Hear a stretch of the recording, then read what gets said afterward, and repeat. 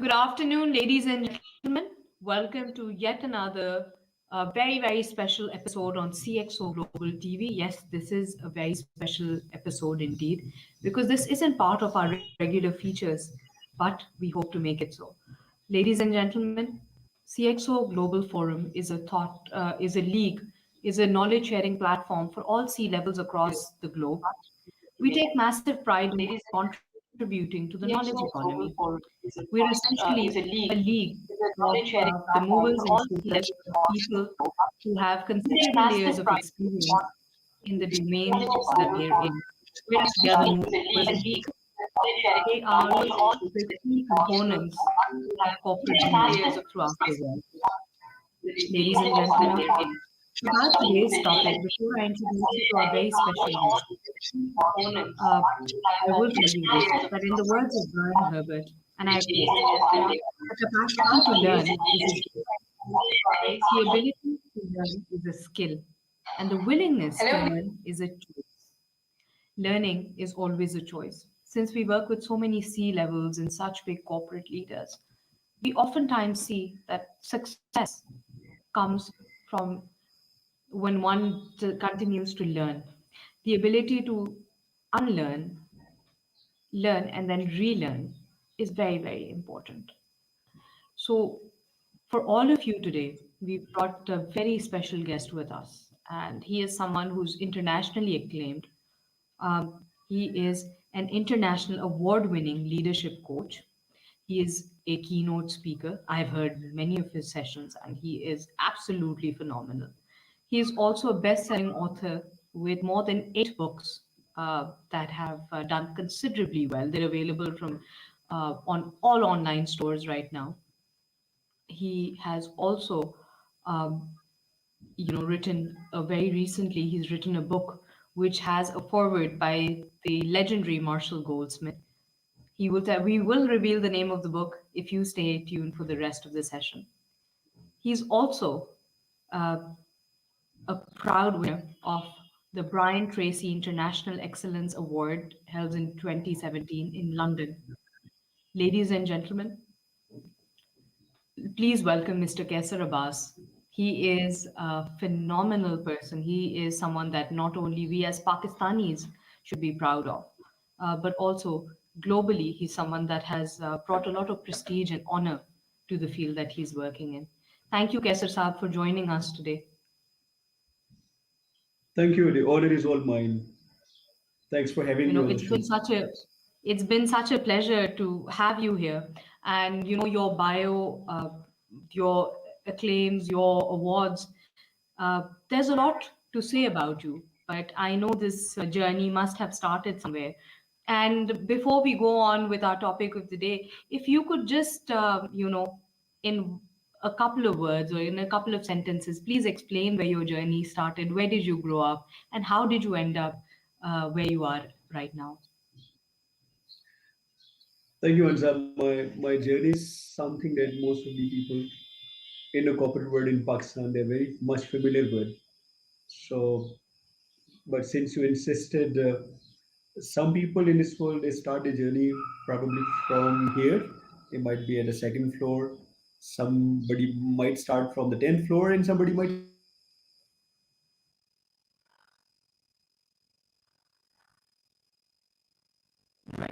start from the 200 miles under the ground.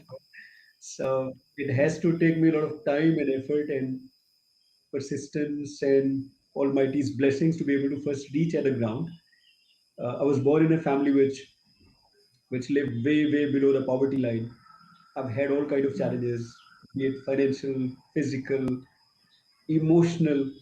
I've been through so many challenges in life, and I'm very proudly sharing this with you that I am the product of those challenges, and I strongly believe that uh, God takes you through various paths, and there's a purpose behind it. In those earliest days of my life, there were times when I was very bitter. I was complaining. I was always blaming the country, blaming the people around me, blaming my education institutes, blaming my parents for not being able to give me the life that I once only dreamt. And today, Mhm. I literally live a life that I could not imagine in my wildest possible dreams. So I've worked Mashallah. in more than 40 countries, more than 450 top MNCs are my clients. I coach executives. I could not even muster up the courage to meet somebody at the lowest level in the organizations a few years back. And now I end up meeting the top guys in the organizations, in the boardrooms. Coaching them is a huge privilege, because when I coach CEOs, they share their challenges with me that they can't share with anyone. They share things Absolutely. with me which are so personal to them. So my journey, what one of my mentors, Kamran Rizvi, he sometimes calls me from nothing to something. So I'm From blessed, nothing and to something. my entire body is filled with a sense of gratitude to Almighty Allah for being able to help me accomplish the things Right. that I could not even imagine. Yeah.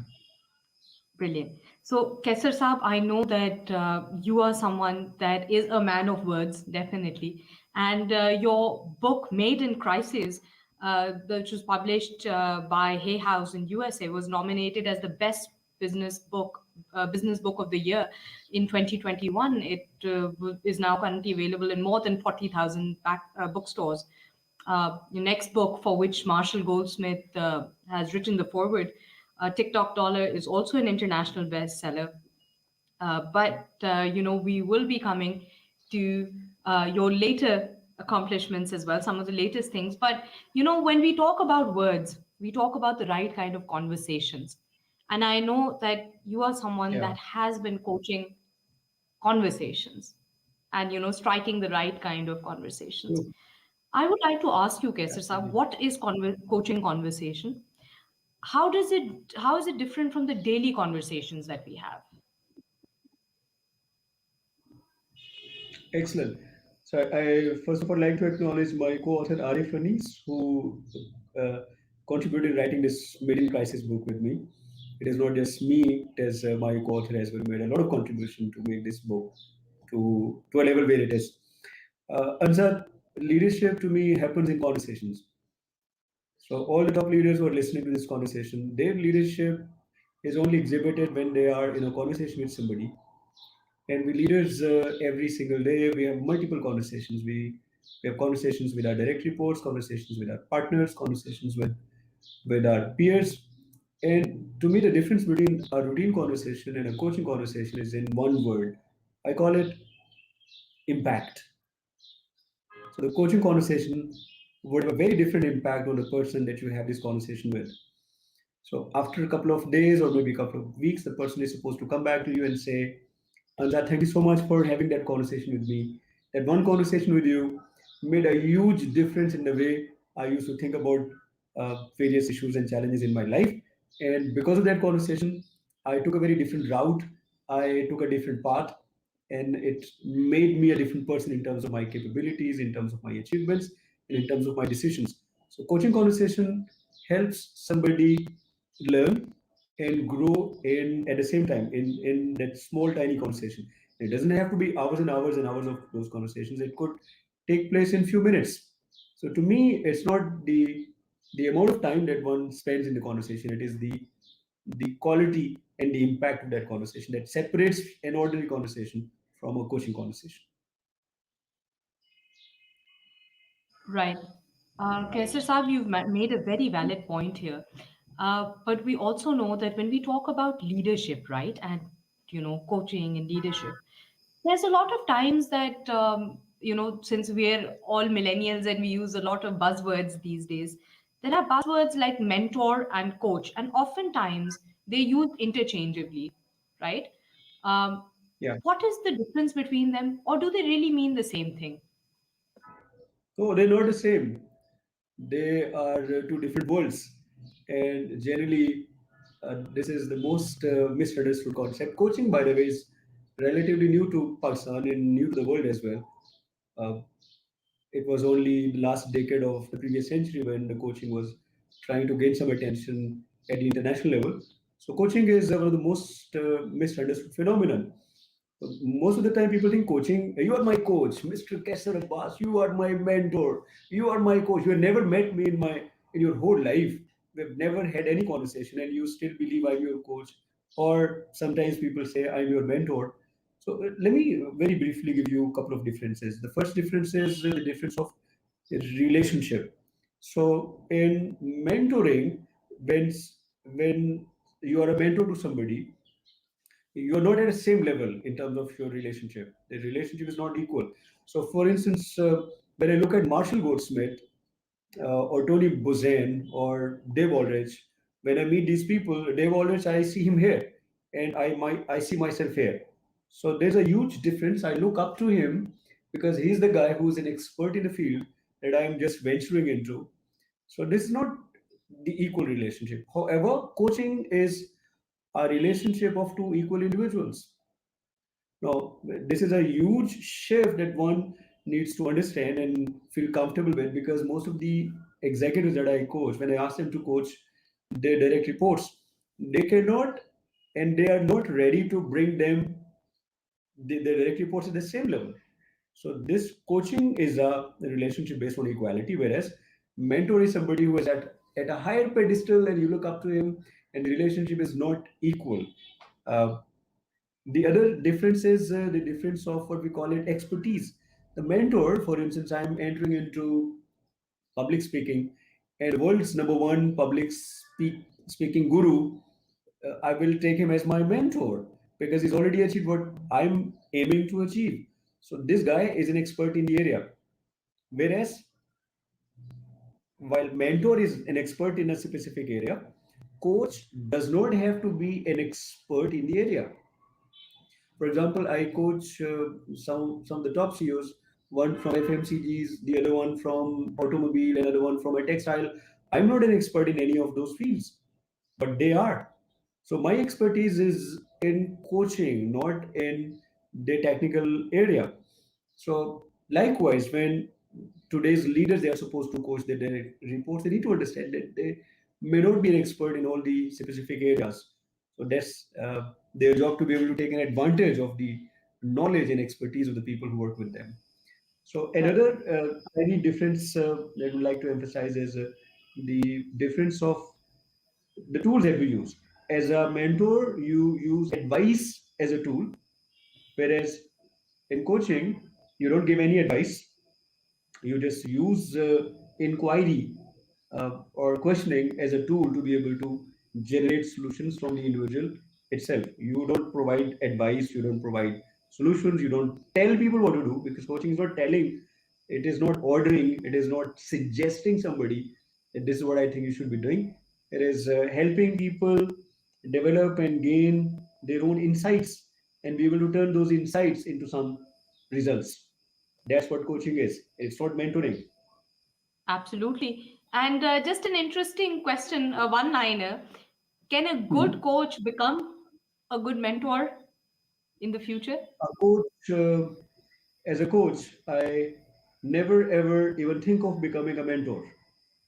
So in a coaching Okay. situation, not every situation is a situation where I need to be a coach. But when I'm a coach, I'm not a mentor. So being a mentor and a coach are two mutually exclusive positions. So these Right. are two entirely different roles. So when I'm a coach, I'm not a mentor. However, a mentor can choose to use some of the coaching skills. If the Right. mentor is aware of the coaching models and coaching techniques, then the mentor, I suggest, should be able to utilize some of the coaching skills as well. Right.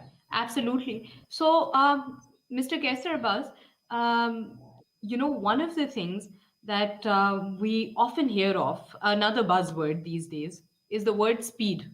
So, not just Yeah. speed dating, speed matchmaking, speed, tasks, and everything has to be, the element of speed has to be there because we're living in this century and in this day and age, post pandemic in particular. We Yeah. want things to be sped up. And interestingly enough, I was reading about your new book, and you have spoken about a concept of speed coaching. Now, would you like to tell us and the audience about what exactly is speed coaching? Yeah. No, this speed coaching is primarily the underlying concept behind it is that leaders should be able to coach. So before I answer your question, I'd like to ask a question to everyone who's listening to us. And the question is, ladies and gentlemen, do you believe in coaching? And I asked these questions to so many people of all the 250 coaches that I've produced over the last many years who got a coaching training from me and spent a lot of time with me. I asked them, do you believe in coaching? And I asked the same question to some of the top executives. And they say, yeah, we do believe in coaching. So there are answer two tests whether or not somebody believes in coaching. One test number one is if I believe in coaching, do I have an executive coach in my own life? Mm-hmm. Mm-hmm. It means if I really believe in coaching as a leader, one of the indicators would be that I go and hire an executive coach or a leadership coach to be able to benefit from the advantages of coaching. So I've seen Beautiful. It's executives like, right. making a lot of speeches on the benefits of coaching and never ever they would hire, and I'm intentionally using the word hire. It is Hmm. not just taking advice, free advice. I took advice from Anza, I took advice from someone, and I thought I'm getting coached. So when you invest serious money in getting coached, only then you begin to really believe in the process of coaching. So can you imagine Tiger Woods not having a coach, or Roger Federer not having a coach, or Djokovic not They will having a never coach? be able to exceed in their Absolutely. professions. So if the top athletes in the world and top superstars in any field of the world, they cannot move an inch higher than where they currently are without having the right coach with them. And some of these athletes would have a team of coaches. I, by the way, have had the Absolutely. privilege to work with Pakistan cricket team, and I've Oh, worked with the wow. coaches of those are 24 coaches who coach Pakistan's cricket team, and previously they've been trained by some Australian organizations. And one of my direct coaches is a guy. His name is Alizia, and he still is the director of National Cricket Academy. So he introduced me to Pakistan cricket team, and I've been able to coach all the coaches of Pakistan's cricket team. The challenge is that we continue to look at the superstars and we believe that they need coaches, and the coaching makes a difference. And then you look at all the top executives of Fortune 500 companies, all these executives, without any exception, they would definitely have Yeah. a coach whom they go to and they take it whatever challenges they face in life and they go and discuss those challenges with them. But executives in the country called Pakistan, most of them they verbally say we believe in coaching, but they're not investing in their own personal development, in their professional development by hiring an executive coach. That is question number one. And the second test is whether or not somebody believes in coaching is do you coach your direct reports? So you, all of us have a team, and how much time? And people say, yeah, I do coach my people. Then I ask them how many hours in a specific month or a week you spend in coaching your people, and the answer is close to nothing. And their excuse is, I'm very busy, I don't have time. I am not hired in the organization to coach people. I'm here to produce results. So if I have like Yeah. six, seven direct reports, the only interaction or the only thing that I expect out of them is produce results.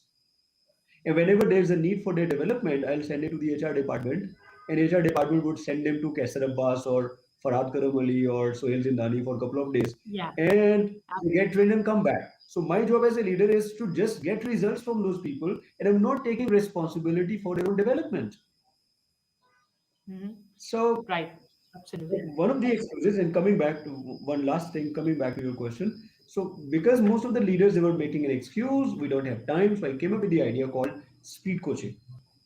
Now, speed coaching is not, for instance, I'm coaching somebody in in an organization, one of the executive directors of a top organization. So he knows I'm coaching him, and I know I'm coaching him. And before and after the coaching, there are a lot of processes. But speed coaching is I and another side of it is I could be extremely effective when I coach external executives outside my organization. But you'll be surprised to know I will be extremely ineffective if I begin to coach my own team who directly Right. reports to me.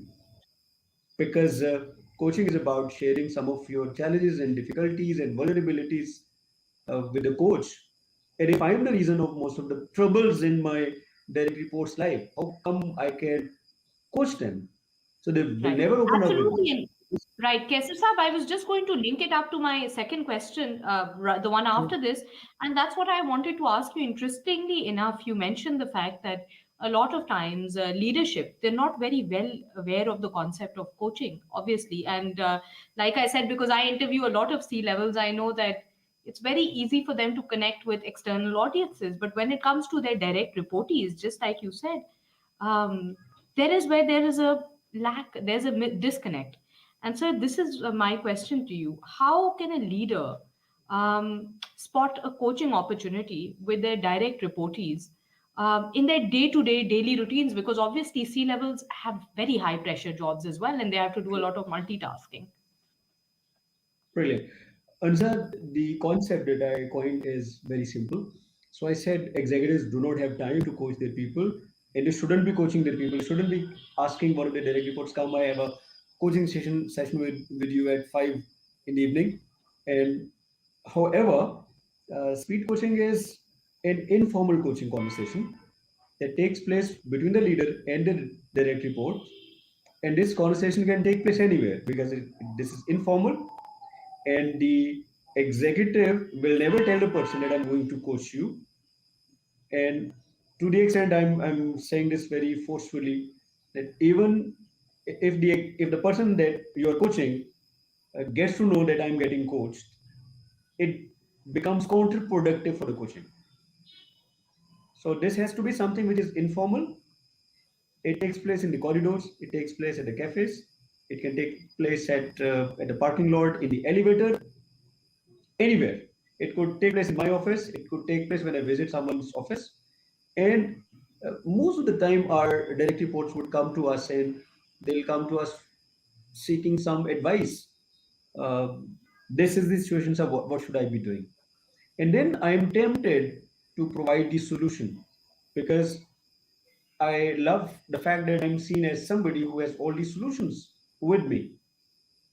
So when I give this solution to my team, I'm not helping them use their own brains. Most of the organization these days, they informally tell their participants, tell their team members, when you come to the office, leave your brain at the gate with the security guard. Don't bring it in. Because I am the person here who thinks I am somebody who needs to give you the solution. So don't use your own mind. So the formula for me is, I call it ATM. This is ATM formula. So when somebody wants ATM. ATM, this is like ATM card Yeah. that Okay. we use to encash. So ATM formula says that when somebody approaches you for a solution, asks for your advice, you immediately need to run this ATM thing. A stands for area. So is it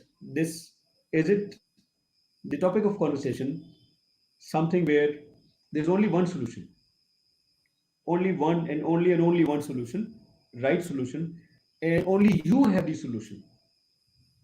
So if there's one solution only, there's no other solution to this problem, and only you are the one who knows this, then there's no coaching. Coaching only takes place when there is more than one solutions possible in a situation. And Right. I'll go a step ahead. If as a leader, somebody asks you a question and you have the temptation and you feel great, oh, I know the answer, and you have the temptation to immediately provide the solution, or this is the time to understand that this is a coaching opportunity. This is the time to speed coach. So instead of giving the solution, you got to stop your advice and instead Right. enter into the coaching thing. No, this could be an area where there's an opportunity to coach, but then you got to see the T also in ATM. T stands for timing. So is the timing right? So maybe you are surrounded in the elevator by some other people, and this conversation can enter into something which is very confidential for the other person, and you may not like other person to be able to listen to the conversation. So the topic is right, but the timing is not right. No, the topic and timing both could be right, but then you got to see the M. M stands for mood. So maybe the other person is brain fried or completely stressed out or worn out, and you are emotionally very down. So when both of you are not in the right state of mind, then again coaching should not take place. So in that situation, You probably become a mentor, you become a teacher, you become a boss, and you tell them what to do. So you cannot be a coach in every situation. Only in certain situations when timing is right and the mood is right and the area is right, where there could be more than one possible solution to a situation, then you choose to speed coach. Otherwise, use other alternative management leadership methods that you've been using all your life. So coaching only takes place, speed coaching only takes place when ATM uh, is the right signal for you to go ahead. Absolutely. You beautifully summed it up, Mr. Kesser. And we see this happening around us all the time, where, now I'm also going to take A, T, and M into consideration before trying to even have a regular conversation. But, Mr. Kesser, I have, among our members, I've spoken to quite a few people, industry leaders, who have been taking speed coaching from you. And they have seen tremendous, unprecedented results. I was speaking to someone recently, and he said that there has been a whole shift in culture. So you have trained so many leaders on speed coaching, and they've, mashallah, given such good results. But what is the mindset of a speed coaching leader? What are the prerequisites?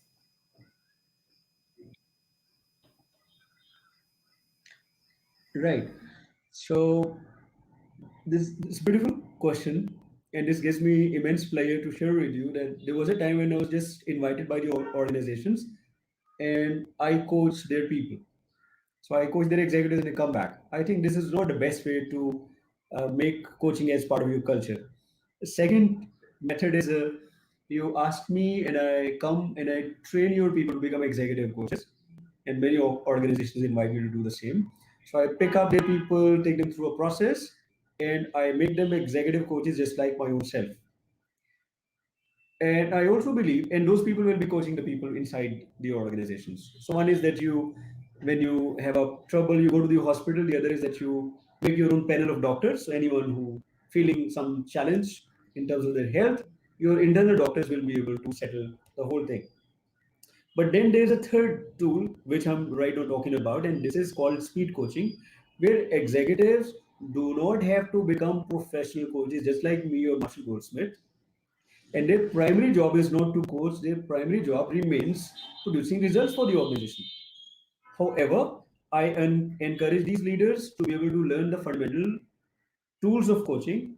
And whenever the ATM formula permits and allows them to be able to enter into the coaching thing, they only in that particular situation, Anzad, they act like a coach, they think like a coach, they behave like a coach, they listen like a coach, and they talk like a coach. So I call them coach like leaders.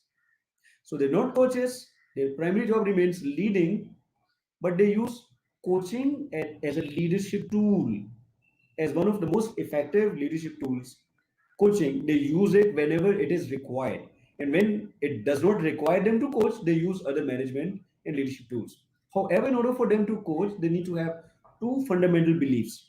One, the person they're going to coach, we call it coachee, and for instance, somebody reports to me, uh, the person remains a direct report, remains a team member all the time, but for those like 4 or 5 minutes the conversation takes place, the person becomes a coachee.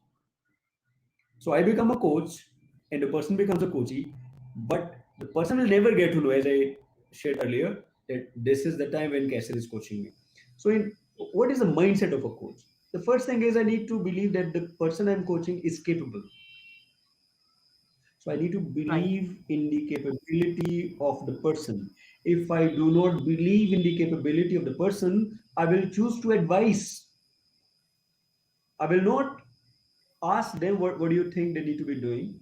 I will advise them what to do. I will tell them what to do. I will give directions. I'll become kind of an authoritative boss. Who's If trying to somebody comes to micromanage me them? in my office, sir, what, yeah, you definitely can say that. And the second mindset of leaders who choose to become coaches is they believe that the person that they're talking to is resourceful.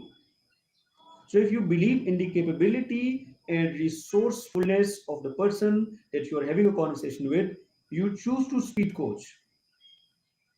But once instead you do not believe in the capability and resourcefulness of the person, you try to tell every single step. So first you got to do this and this and this and this. Did you understand? Don't use your mind. Do exactly what I'm telling you to do.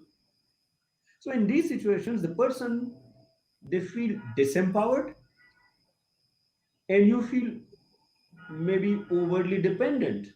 So the whole team of yours is constantly depending on you for solutions, to fix problems, to give them ideas all the time. So what you're doing is you're creating over dependence on yourself, and that's the reason most of the leaders these days, they're so busy, they don't have time because they don't let other people use their minds, they don't let them explore their own thinking. They think they're too afraid sometimes, they're so much afraid that they don't want to take the risk. Sometimes they think we don't have time, so because I'll coach some other day, but right now because of the urgency I need to tell them what to do. So telling people what to do inhibits them to be able to use their potential, to be able to use their own capabilities and resourcefulness.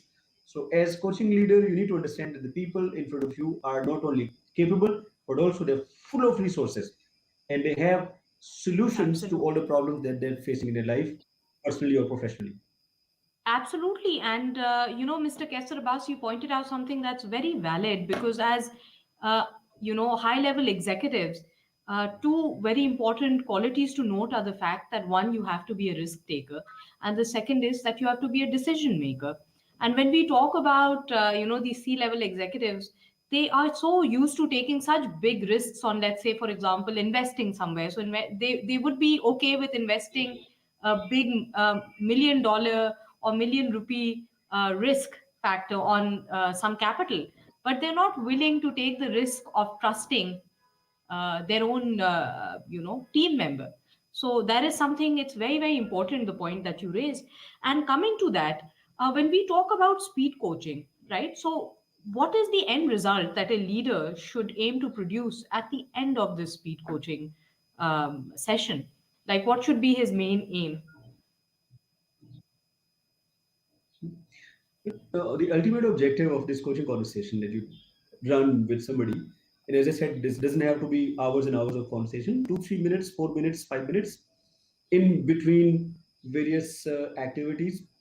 uh, for example, somebody comes to me 5 6 times a day, not every opportunity can be translated into speed coaching, but when the opportunity arises, I need to be able to achieve two things. One, I call it self-awareness. The purpose of those conversations is to be able to help individual that you are speaking to develop the self-awareness. For example, if you go to any sports, mm, people who don't understand coaching at all, they could be great players themselves, and look at somebody, somebody is a batsman and he's facing a bowler and he played in a certain manner, and the coach would go and say, why don't you keep an eye on the ball, right? So where are you looking? Why don't you keep an eye on the ball? So this is like intimidating the coachee. It is insulting or embarrassing. Why don't you keep an eye on the ball? Or ordering, keep an eye on the ball. So this telling is not coaching, but instead, if you generate self-awareness by asking a very simple question, so you look at a person and say, "Hey, when the last ball came, when did you see it first? How distant was it from you when you saw it first? How high was it? What do you think was the speed? And where do you think your bat was? So what do you think? Uh, are you are you are you happy with the way you use your feet? No, by asking these tiny questions, you are able to generate self-awareness in the person, and the person, as a result of generating self-awareness, automatically begins to take responsibility for the next ball. For instance, If you tell people what to do and you embarrass them, they become very defensive. They'll probably say, "Yeah, I'm looking at the ball. There's nothing wrong with the ball." But when you're asking questions, these questions will generate what we call a sense of awareness in the individual.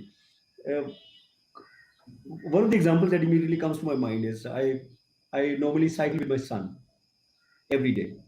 So only yesterday it was raining in Lahore and we were cycling, and then I got to go to the gym and I wanted my son to go back home on his own. Mm-hmm. See, at the day's end, I want my son to be independent. He's 8.5 right now. But there was a time I was 8.5, and my father was equally concerned about me and my ability to be able to move around in the world on his own, on my own. And likewise, I'm concerned about him. But I cannot be with him all the time. So, do I believe in his capability and his resourcefulness to be able to reach home on his own? If I really want to develop his capability, and I'm intentionally bringing an example which is not professional, this is personal example, because I want leaders to be able to use speed coaching, uh, having conversations with their loved one as well. So speed coaching applies at the workplace as well as at home also. So instead of telling my son what to do, I and this is by the way, I started this when he was only 3.5, and I've been cycling with him since then, and I always wanted him never to get lost. And I remember a time when instead of telling him take left, take right, or turn around, I would ask him, Hussein, would you please lead me? So what do you think? Where should we be going? He says, Baba, I think we Right. need to go left. There's, I won't say, no, you're wrong. And I begin to, as a leader, sometimes when you ask a question to one of your direct reports and your direct reports gives you the wrong answer, and you immediately use your superiority and tell them, oh, you're wrong. This is the right answer. So instead of using that as an opportunity to prove how wiser or how smarter I am, I will be taking that path with my son, and obviously that path will lead us into something which is not desired. And then my son is a bit confused and says, "Oh, Baba, I think I made a mistake." I said, "It's all right. Making a mistake is not bad. So what do you think we should be doing?" He says, "Baba, I think we should be taking left." I said, "Please go ahead." And then we we are lost for some time, but then we are able to reach to the destination. And this time it was led by my son. It means next time if he gets lost, he should be able to get home on his own. But as leaders, we are so busy, we don't have time to get lost with our people for some time so that they find a Right. path And it, and sometimes bring the right. organization back home. Absolutely. And I love the analogy. I love the analogy because, it was so on point about what we as leaders should be doing. But, Mr. Qaiser Abbas, one of the questions that comes to mind is that what are these necessary skills? Like, what's the formula that leaders should learn in order to be able to coach? So, what qualities, what skills do they need? Yeah, inside my coaching training programs, when I coach leaders to become coach-like leaders, I take at least a couple of hours to be able to teach those fundamental skills. But here I'm going to talk about only two. One is listening, and the other is questioning. So many listening is quite overrated. We all believe we are great listeners, but most of the time when somebody says something, instead of listening, we probably be sharing our own experiences. uh, one of my direct reports would come to me and say, uh, Kesa, which leadership program should I take? And instead of telling him, I will start sharing, oh, the last training program that I did with Dave Aldridge was fantastic. And I start sharing my own experiences. It's not listening. So listening is your ability to summarize sometimes, providing an opportunity to the other person to be able to expand on their ideas. But I've seen leaders, sat with them in the boardrooms, I've shadowed them in conversations and meetings with the direct reports. I think leaders these days are very impatient. Because I'm a psychologist as well, and sometimes I take notes, and I've seen leaders who interrupt the other person every seventh second, or every 10th second, or every 18th second, and they don't let people finish because they pretend they are in a hurry, and they'll pretend, "Acha, काम की बात करो, come to the point," and they miss. the most important and most significant uh, things that the other person is willing to share with them, because they think they're in a hurry. So listening is the doorway to develop respect, to be able to earn trust of the other person, to be able to develop some sort of rapport with the other person. But listening is something which is usually missed. And the second tool is questioning. Now, why I'm emphasizing more on listening? Because you cannot just memorize some questions in the coaching. Coaching is not about 4 steps and 13 questions. It's not coaching. Coaching is your ability to be able to listen to the other person. And when you understand their model of the world, only then you are able to ask the right questions. And when I say questions, these do not have to be pseudo questions. So sometimes we put our advice into the question and we disguise it and we think we are asking the right question. For instance, many leaders would say, have you thought about talking to Mr. X? So, what is it? This is an advice. Uh, what if you do this? It's not a question, it's an advice. So, have you considered doing this? Again, it's not a question, it's an advice. It's giving suggestions. And my teacher, Marshall Goldsmith, says that sometimes your suggestions becomes decisions. So as leaders, we got to be very careful because even our suggestions are taken so seriously by our direct reports that they think these are our decisions. So listening and questioning are the two most important skills. Very aptly put, sir. And but that also leads us to the fact that fine. So we understand that listening and questioning are two important skills. But then, what makes the foundation of a coaching conversation? Like, what do we build the foundation on? Right. First and foremost, I call it repo. So you and I were having a conversation, and in conversation we can feel a sense of warmth, a sense of connectedness, right? And we started the conversation, and you said, Kessler, you're wearing blue, and the theme should be blue. So when we focus on similarities, it helps us build rapport with a person.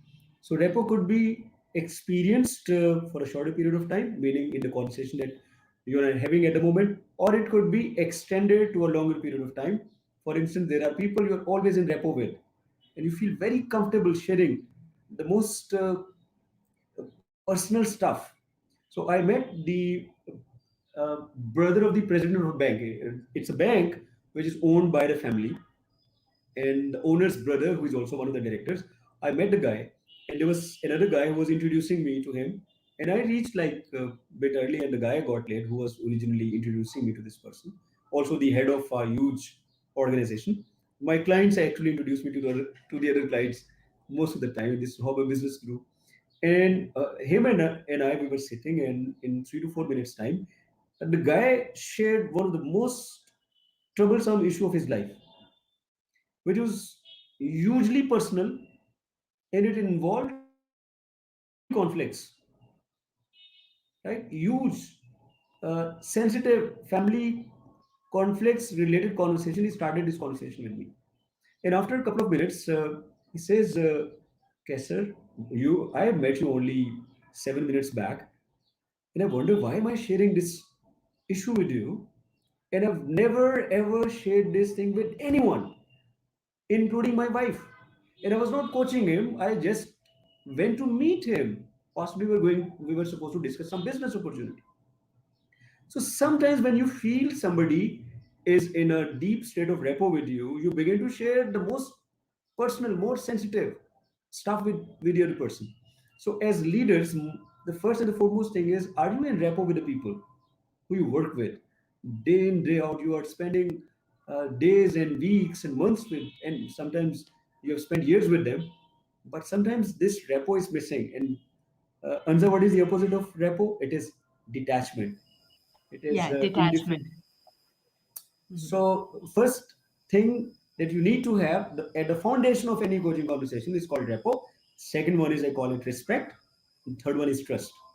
So my experience is I've done these programs with hundreds of leaders in Pakistan, and I'm talking in Pakistan's context only. Though the globally things are not any different. So most of the leaders in organization, they're not deeply respected by their direct reports. So it is not respect, it is some sort of fear. And because of the fear of their position and authority, uh, they respect them, But there's but it's that not disconnect. the real Absolutely. respect. And And right. and the third and the most important thing is trust. Mhm. So if I trust my top leader, I will be able to share my vulnerabilities, my troubles, my sorrows, my worries, concerns, everything. I will probably not share anything if I'm not having a relationship which is based on trust. So rather, this relationship normally is based on what we call threat. So Threat. three things: trust, respect, and rapport. If we have three things existent between two of us, we can have a coaching conversation. If any one of these elements is missing, as leaders, we cannot speed coach anyone. Absolutely, that makes a lot of sense. And Mr. Qaiser Abbas, while having this conversation, and especially upon this particular aspect of it, I realized that since we meet so many C-level execs and so many other people working in the company, we've often noticed, and I can say this as a personal observation as well, sometimes with very big corporations, we see that they're doing a lot of work for the community and serving the community. And however, their employees or their direct reportees are some of the unhappiest people that I've met.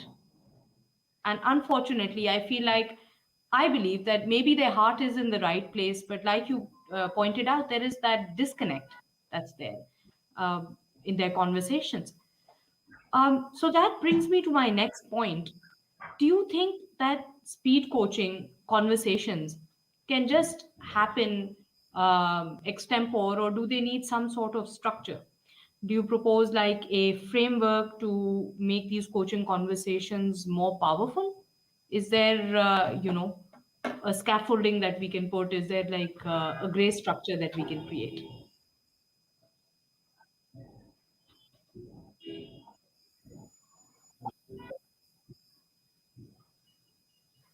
Yeah, Ansar, there's definitely a structure, and that's the reason this structure is so important.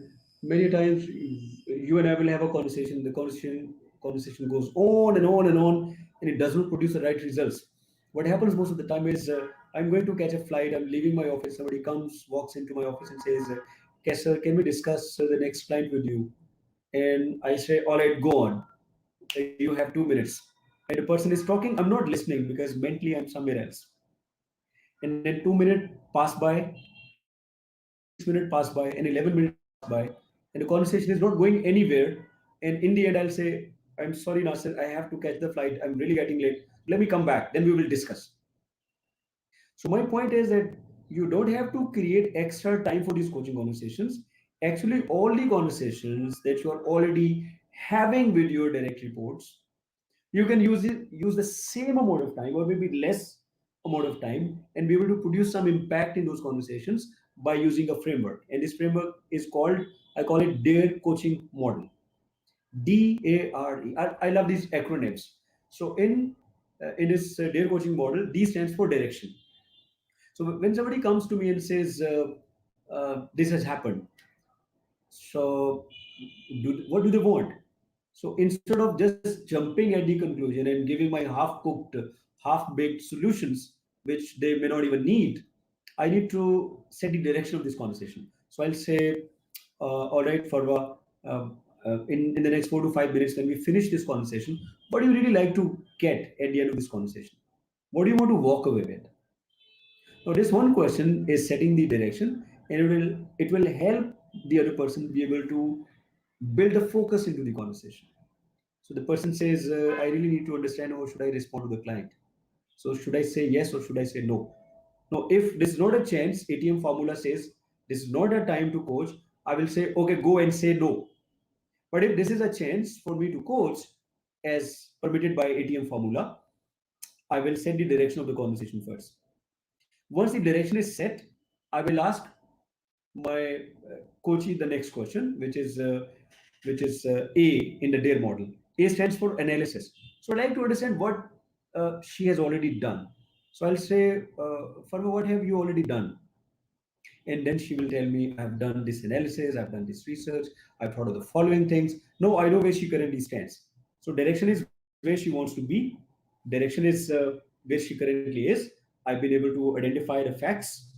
So now I know what she has already done. For instance, if I, without knowing the facts, even if I give the advice, so I say, why did you talk to that boss? And she might say, I've already spoken to her boss. It was not of any use. Or I say, speak to her boss, and she says, no, no, no, I'm afraid of speaking to her. She's not of any use. So what I need to understand is instead of throwing my advice onto the other people, I need to use this DARE coaching framework where D stands for direction, A stands for analysis, and then R stands for roadmap. So then I'll ask my direct report, what do you think you should be doing? So what are some of the options with you? So no, this is a stage where most of the people are stuck. So when I ask people, what do you think you should be doing? The person would say, this is exactly why I came to you because I don't know what to do. So the person might come to you completely blank, having absolutely no sense of solution. But that is the power of the conversation. So, for instance, you use your questioning skills and be able to trigger some ideas in the mind of the other person by saying, for instance, you say, uh, Tosif, if you and I didn't get a chance to have this conversation, what do you think you would be doing? What decision would you would have taken already if you did not get a chance to talk to me? Now, this one question is going to trigger some thoughts, some ideas in their minds. My another question could be in developing a roadmap. I probably can say if one of your best friends would be in the same situation, what advice would you like to give to the other person?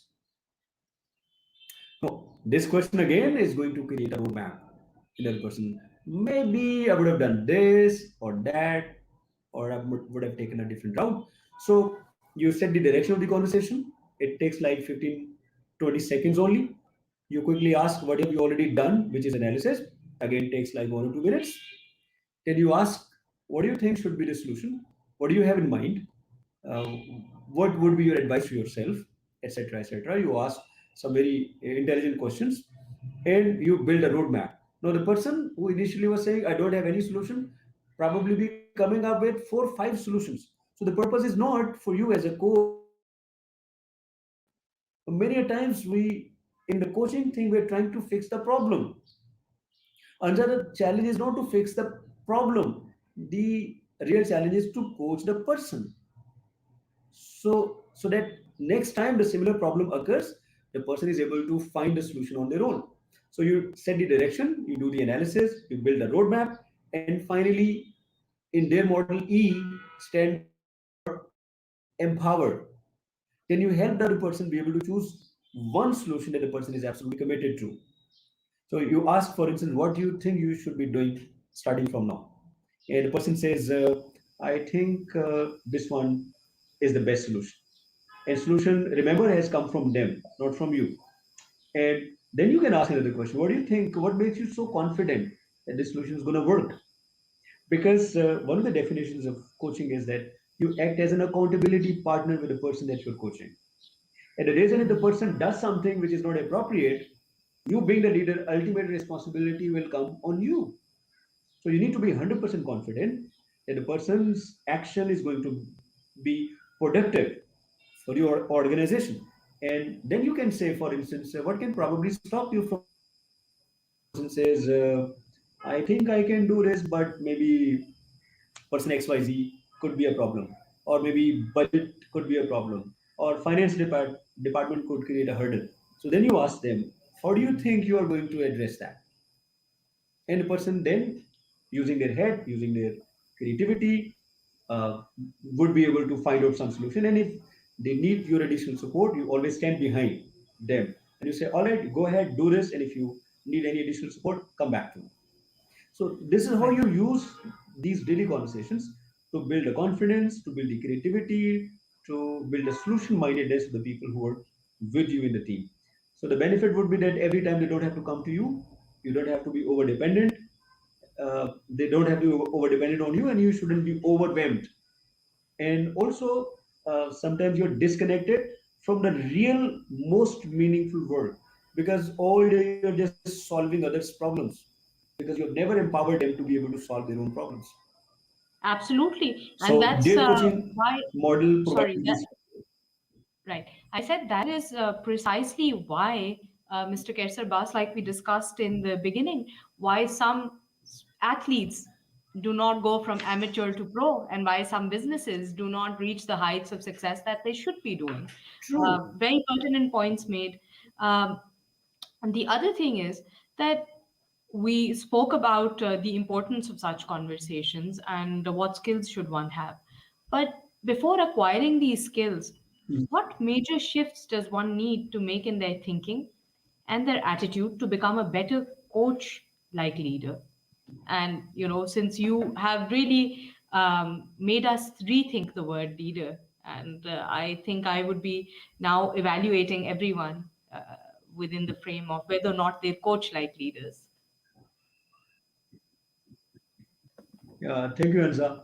And I love when you said that most of the leaders, they're not able to realize their full potential because they keep solving other people's problems. So imagine for the whole life of mine, I have to go back and drop my son to to the home, and I'm not able to go to the gym. I'm not able to build my own resilience because I took an additional responsibility and I never allowed my son to be able to build his own confidence and courage to take decisions. So, beautiful point. And the major shift that we need to create as leaders in our heads is moving from what we call role to relationship. So, as even as parents, we're trying to play a role, and in role playing, you make an order to one of your children, and your son or daughter says, "Why should I be doing this?" And your pet answer is, "Because I said so." And you're using your role, you're using your authority, and you're using your position, and you're giving a shut up call to your own children. You shouldn't be using your own head, and you should just be listening to us. And there comes a time when that's the reason we as parents, we are seen as unauthentic, we are seen as liars. We'll be telling people, "Oh, don't take coffee or don't take Coca Cola," and they see us drinking those cold drinks, and they see us having those coffees. So we are seen as unauthentic and we lose our credibility. And the same thing can happen within the organizations. You're telling people to be punctual. You're telling people to give your very best. And then our teams, they watch us having lengthy lunch breaks. They see us coming late and they see us being on the social media all the time. And then we ask them, don't be on the social media. We are engrossed, we are locked, or rather lost in our phones, and we are telling people to be more focused. So there has to be some shift from role to relationship. Then you need to probably bring another shift from authority to equality. So you need to even treat your 3-year-old child as an equal human being. And coaching allows you to be able to bring the other person, because you know as a coach and coachee, they both share the same space. So it is not mentoring somebody or being a teacher, being ustad, where you are telling people what to do or giving orders. Right. These days, they don't like to receive orders. They want to use their own head. They want to use their own ideas. Uh, they got to be focused from problem to potential. And there could be so many other shifts, but in the best interest of time, I'm just finishing here. Most of the time, when we look Right. at the people around us, we see them as problems. We don't see potential in them. So if as leaders we Very begin to rightly see pointed out. problems, I think we'll be able to fix most of the leadership issues in within the organizations. People do have the potential. Absolutely. Mr. Qaiser Abbas, before we, wrap up today's discussion, and it has been enlightening, for the lack of a better word. It's been eye-opening. It's been enlightening, and thank you very much for this conversation. And I'm sure a lot of people learned a lot. However, before we wrap up, there is one thing that I had been meaning to ask you. And in the post-pandemic uh, era that we're living in, there are a lot of narratives that have been challenged and changed now. There are a lot of differences in the workplace. The environment has changed. There are cultural shifts. There's work from home. There are things like, reporting lines have changed. The way we address others, our conversations are different. So, yes, speed coaching earlier would have taken a different route if you could just uh, see someone in the hallway and then strike that conversation. But, sir, with all due respect, how our conversations, our cultures, our speed coaching be different, or how will they evolve in this post-pandemic scenario?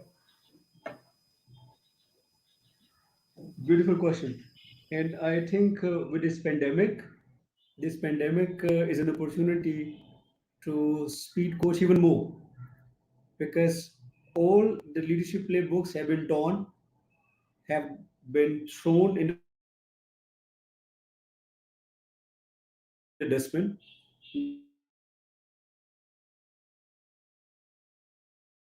Nobody has the solution. Nobody has the solution to this pandemic. Everybody has being wiser and problem solver and problem fixers. But today, nobody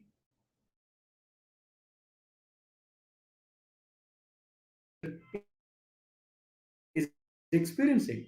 So if people would come to you and they present some problems to you and you have no solution to it, what would you do?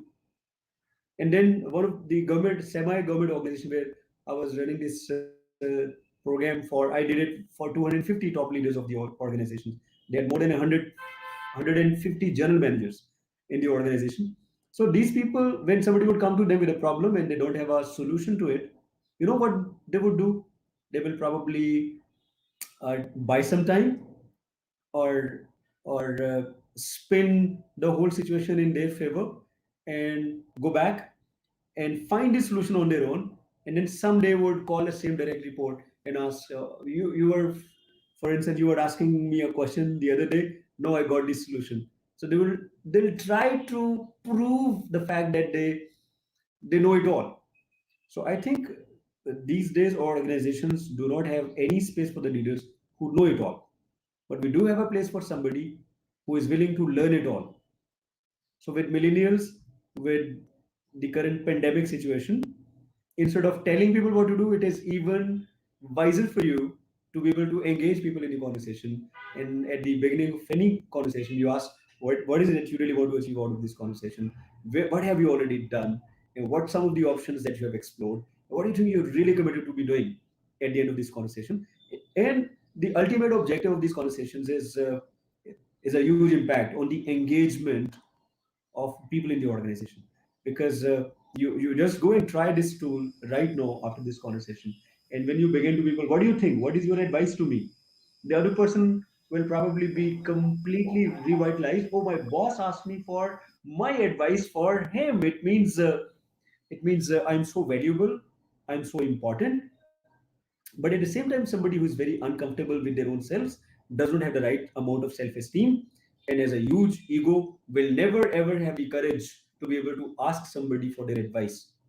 So if you've been asking for the advice, even if you don't know the answer, people won't mind. But if you've been constantly giving advice all the time, and now you're asking for their opinion, people will understand that right now you don't know the solution. That's why you are uh, trying to engage them in the conversation.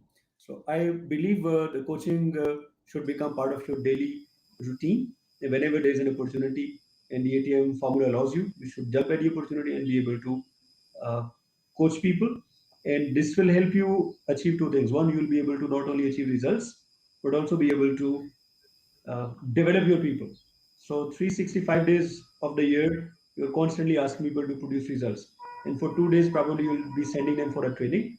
No, you don't need to send them for the training for 2 days, because 360 days or 350 days or whatever number of days you come to the office, you will be not only producing results, but also be helping people become the very best that they possibly can.